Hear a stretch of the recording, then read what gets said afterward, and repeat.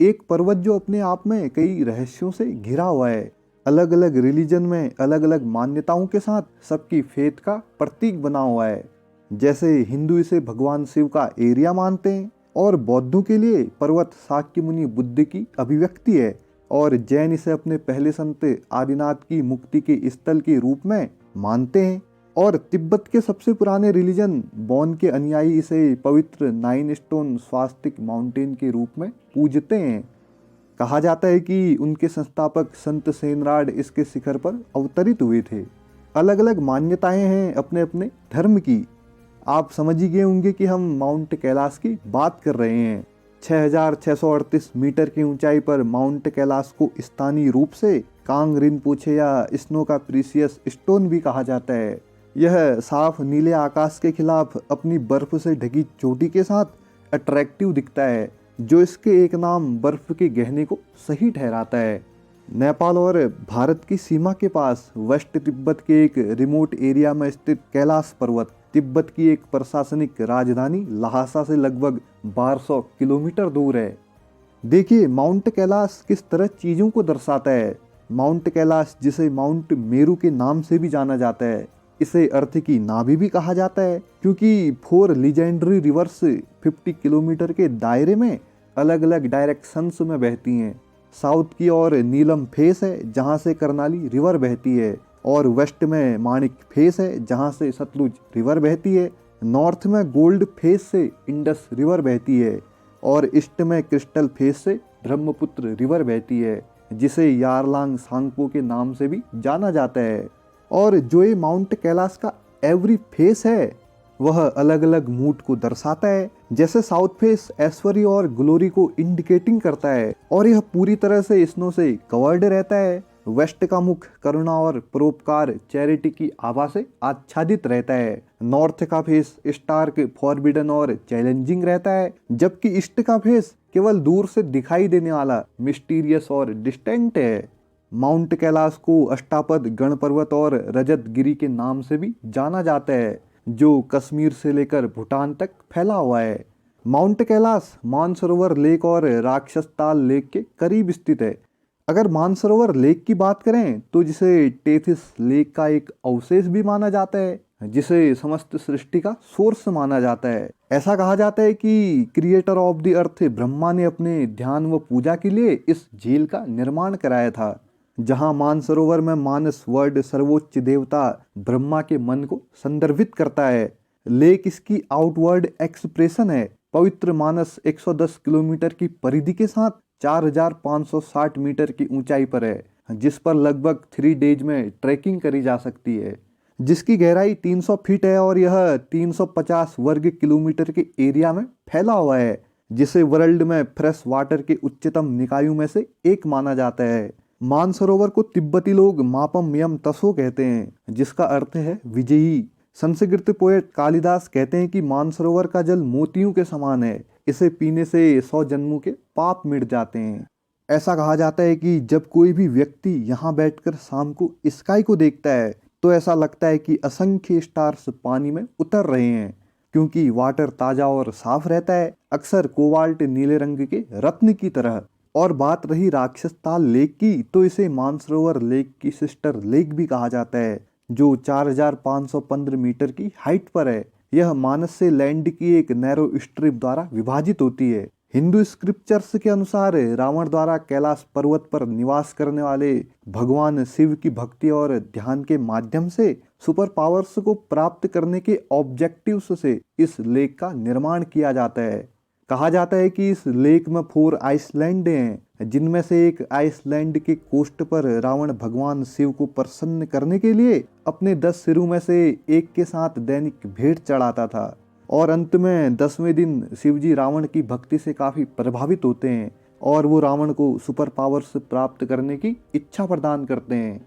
लेकिन अगर हम बौद्ध धर्म के अनुसार मानसरोवर लेक और राक्षसताल लेक को समझें, तो यह दोनों लेक पावरफुल सिंबल सूर्य और चंद्रमा से जुड़े हुए हैं। जिस तरह सन अल्टीमेट डिवाइन इम्पिडीनेस या पावर का इंडिकेटिव है, उसी तरह मून रिलेटिव इम्पिडीनेस को दर्शाता है।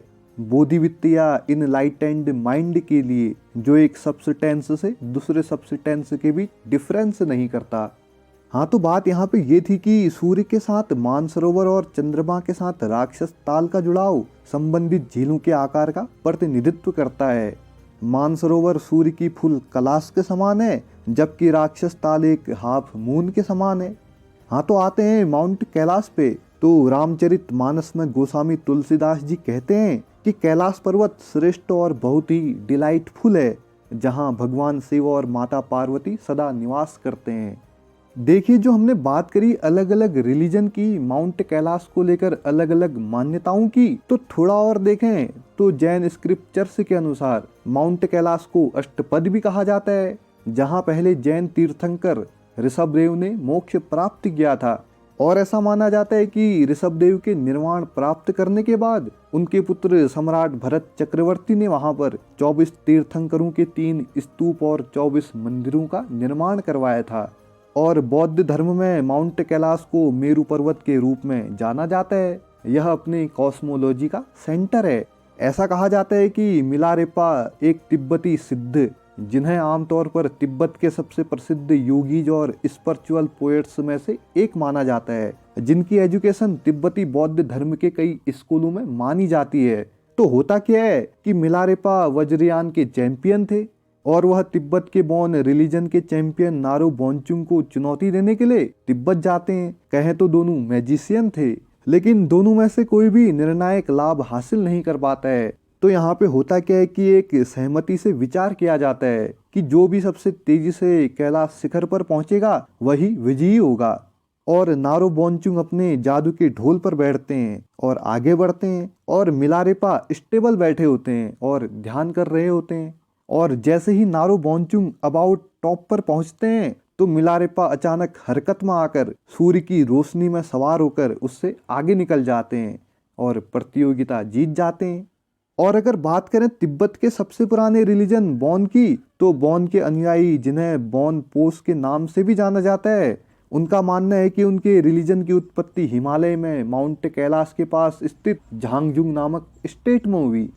और बात करें हिंदू रिलीजन की, तो इसे पारंपरिक रूप से भगवान शिव के निवास के रूप में मान्यता प्राप्त है, जहां वह अपनी पत्नी देवी पार्वती और उनके बच्चों गणेश और कार्तिकेय के साथ रहते हैं। महाकाव्य रामायण के उत्तर कांड में यह कहा जाता है कि सर्व वेदों का ज्ञाता महान आचार्य सबसे बड़ा शिव भक्त रावण जब अभिमानी होकर भगवान शिव के निवास स्थान कैलाश पर्वत को उठाने लगा, तो जिसे देख माँ पार्वती भयभीत हो गई। और ये सब देख भगवान शिव अपने पैर के अंगूठे से पर्वत को दबाते हैं और रावण बीच में फंस जाता है, जहां वह छटपटाने लगता है और शिव जी को शांत करने के लिए स्तुति करने लगता है, और अंत में शिव जी उसे पावर प्रदान करते हैं। और महाकाव्य महाभारत के अनुसार यह कहा जाता है कि पांडवास अपनी एकमात्र पत्नी द्रौपदी के साथ मोक्ष प्राप्त करने के लिए कैलाश पर्वत पर चढ़ते हैं। स्वर्ग के रास्ते में युधिष्ठिर को छोड़कर हर कोई चट्टान से फिसलता है, क्योंकि ऐसा माना जाता है कि स्वर्ग का द्वार केवल युधिष्ठिर के लिए खुला था।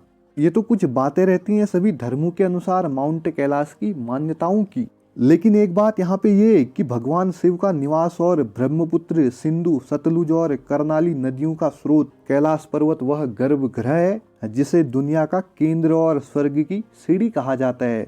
इंडिया के कुमाऊं एरिया लिमिट का वह पॉइंट जहां हेवन अर्थ से मिलता है। शास्त्रों के अनुसार यदि कोई इस पवित्र पर्वत के चारों ओर एक चक्कर लगाता है तो उनके पाप मिट जाते हैं। और बात रही माउंट कैलाश का दुनिया का केंद्र होने की, तो विभिन्न वैज्ञानिकों के शोध के अनुसार यह कहा गया कि कैलाश पर्वत आकाशीय गोले के एक्सिस ऑफ रोटेशन है।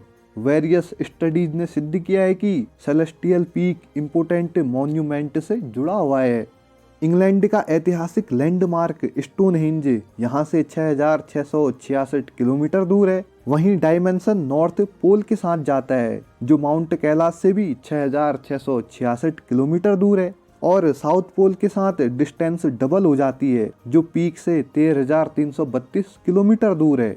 इससे थोड़ा आगे चलकर हम रिलीजन के अनुसार देखें तो संसार के विनाशक भगवान शिव कैलाश पर्वत पर निवास करते हैं। ग्रेनाइट पर्वत पर बर्फ के जमाव से स्वाभाविक रूप से बने ओम के प्रतीक को उनकी उपस्थिति का साइन माना जाता है और लोगों के हृदय में ओम की चमत्कारी छाप का अत्यधिक सिंबॉलिक इम्पोर्टेंस है। उनके लिए यह ईश्वर की रचना है जो केवल डेडिकेशन और फेथ को बुलाती है।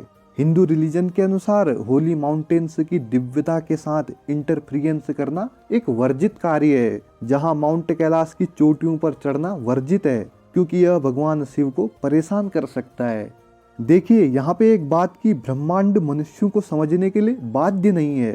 कभी कभी हमें इनक्रेडिबल में बिलीव करना पड़ता है, तभी हम सर्वोच्च के सामने आत्मसमर्पण कर पाते हैं। और बात रही माउंट कैलाश की, तो कैलाश पर्वत अर्थ पर एक ऐसा स्थान है जिसे कई कारणों से यूनिवर्सल रूप से डिवाइन फॉर्म में स्वीकार किया जाता है।